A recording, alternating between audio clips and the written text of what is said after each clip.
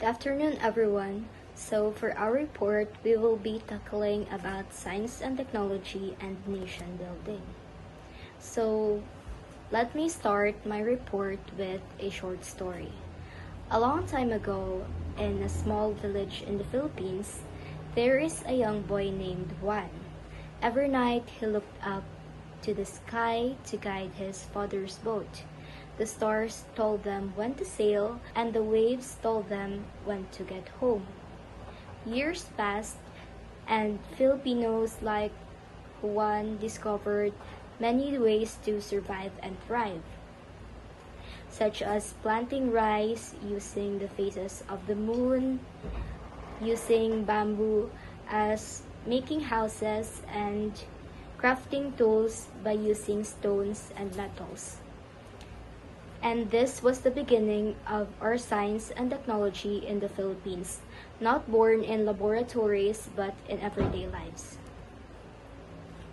The development of science and technology in the Philippines has been greatly influenced by different historical periods, from indigenous knowledge and engineering skills of early Filipinos to the educational and scientific institutions established during the Spanish and American colonial periods, and finally to the post-war creation of national research councils and agencies.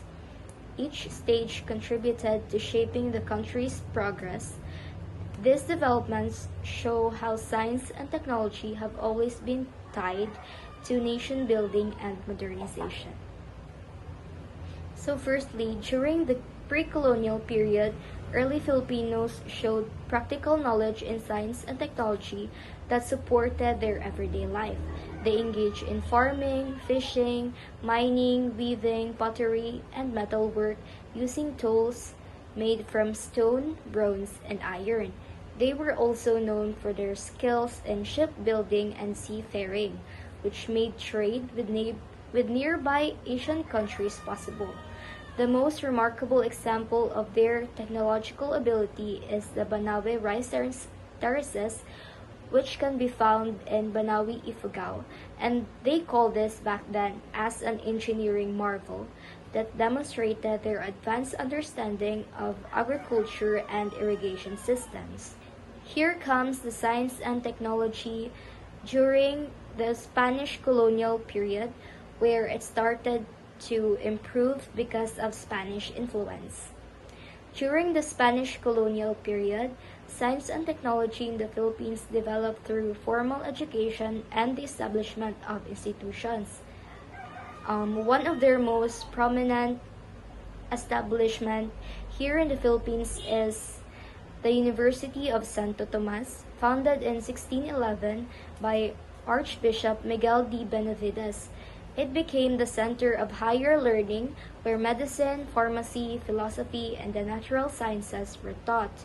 Other schools run by religious orders also helped spread literacy, knowledge, and basic science among Filipinos. One of the first pharmacy graduates of the UST School of Pharmacy is Dr. Leon Maria Guerrero. He became known as the father of Philippine botany and pharmacy because of his extensive work on medical plants and their uses. His contributions are important because he laid the foundation for the study of medicinal use of the plants in the Philippines. The Spanish government also promoted scientific and economic advancement through organizations like the Royal Economic Society of Friends of the Philippines, established in 1780 by Gobernador General Jose Vasco y Vargas. This society encouraged the cultivation of crops such as indigo, tobacco, and cotton, and supported industries like silk culture and agriculture.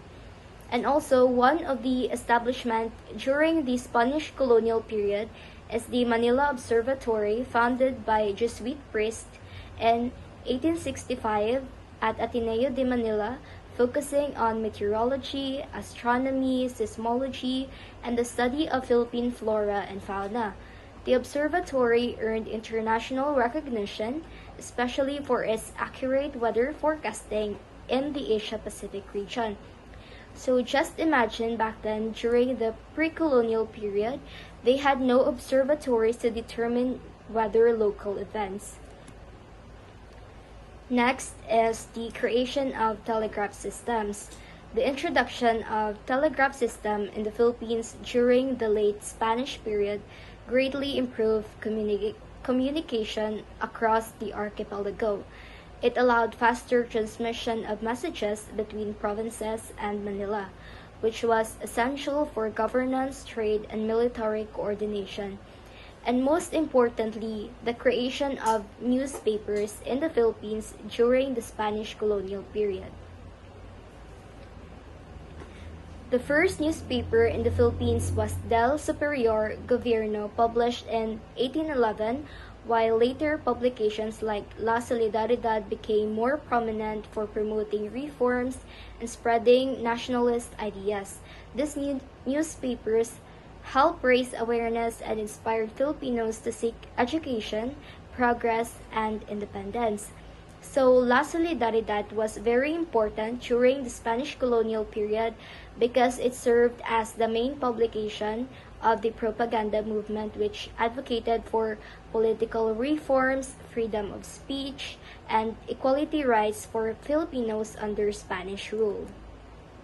One important book published during the Spanish rule is this Cuestión Filipina, una exposición historic critical de hechos relativos a la Guerra de la Independencia, which translates in English to The Philippine Question, a historic critical exposition of facts related to the War of Independence.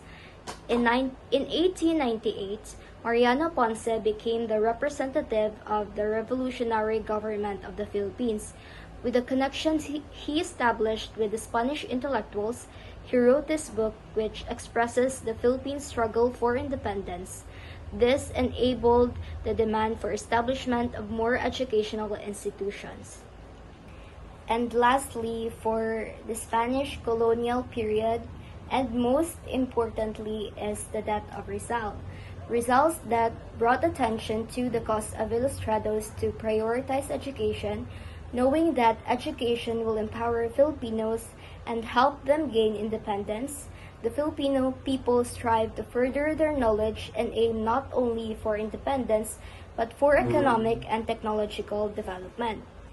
So here we can say that education is a weapon because it empowers people with knowledge, critical thinking, and skills to challenge injustices, improve their lives, and create a positive change in the society. Moving on to the American colonial period. Science and technology in the Philippines advanced through the establishment of the Bureau of Science in 1905 and other government agencies like the Bureau of Health, Agriculture, and Public Works. These institutions focused on medicine, agriculture, industry, and infrastructure, introducing modern scientific methods that greatly contributed to the country's development. In 1901, the Philippine Commission created the Bureau of Government Laboratories, which replaced the Laboratorio Medical founded by the Spanish colonial government. This provided facilities for studying tropical diseases, agriculture, and industry. By October 26, 1905, this was replaced by the Bureau of Science, which became the primary research center in the country. It dealt with the study of tropical diseases such as leprosy, tuberculosis, cholera, and malaria. In 1906, the Bureau also published the Philippine Journal of Science that reported works done in local laboratories and scientific developments abroad which were relevant to the Philippines. So this Philippine Journal of Science was important to the community's knowledge because it made scientific information accessible to the public, helping people understand local health, environment, and technology issues. And other bureaus established during American colonial period are Bureau of Health, Bureau of Forestry, Bureau of Public Works, Bureau of Plant Industry, Bureau of Coast and Geodetic Survey, Bureau of Mines, Weather Bureau, Bureau of Agriculture, and Bureau of Animal Industry. And One of the most prominent establishments in the Philippines during American rule is the establishment of University of the Philippines, a national education institution established in this period, along with organized facilities in the areas of sciences, arts, medicine, and literature.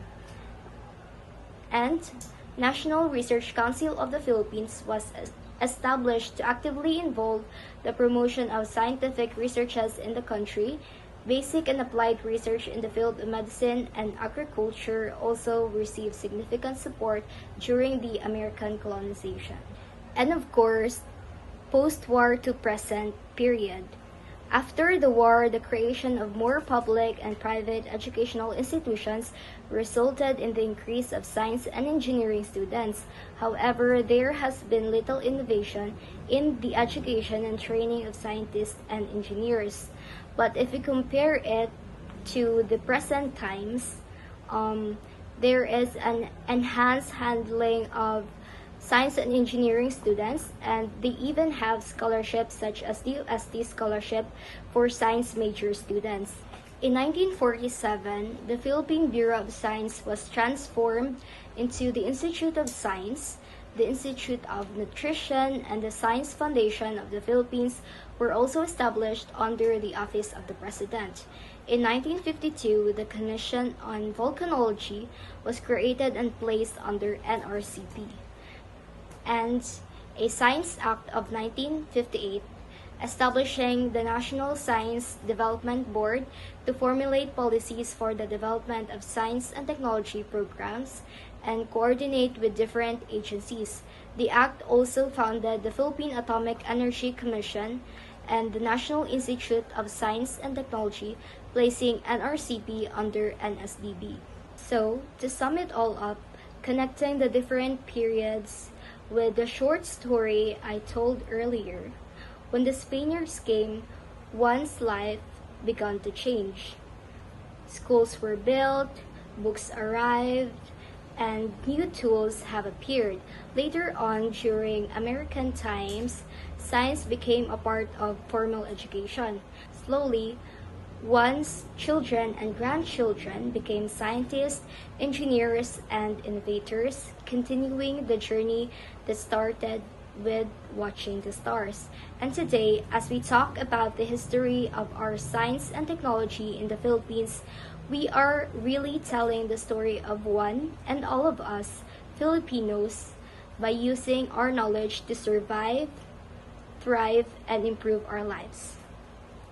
And that concludes my part of the report. I now yield the floor to the next presenter.